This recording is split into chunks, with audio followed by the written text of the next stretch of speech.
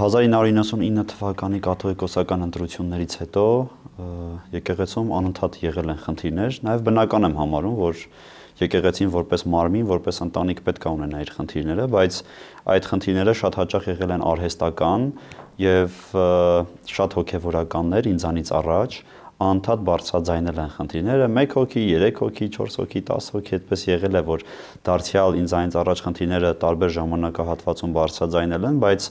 ես նաև հետաքրքրվել եմ նրանց ճակատագրով, հասկացել եմ, որ բոլոր այն հոգեվորականները, ովքեր որ բարձրաձայնել են կամ կարգալույծ են եղել,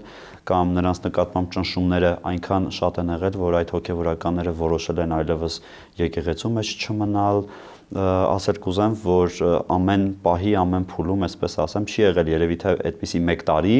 1999 թվականից սկսած, որ երևի թե կարգալուծություն եղած չլինի ու բոլորը չէ, որ վարքի հետ կապված ինչ որ խնդիր են ունեցել, այլ դրանց մի մասը նաև բարձրաձայնել է եկեղեցու ներսում եղած խնդիրները կամ իրենց հանդեպ ունեցած անարդարությունների վերաբերյալ բարձրաձայնումներ են արել, ինչի պատասխանը եղել է պատիժը նրանց հետ կապված եւ այդ մարդիկ այսօր եկեղեցու շարքերում չեն, թե ինչքան հոգեվորականներ են լքել այս ընթացքում եկեղեցին, նրանց թիվը հստակ չեմ կարող ասել, բայց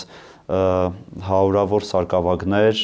այս ճնշումների ներքո, այս անարդարության ներքո լքել են Մարիաթոր Սուրբ Էջմիածինը,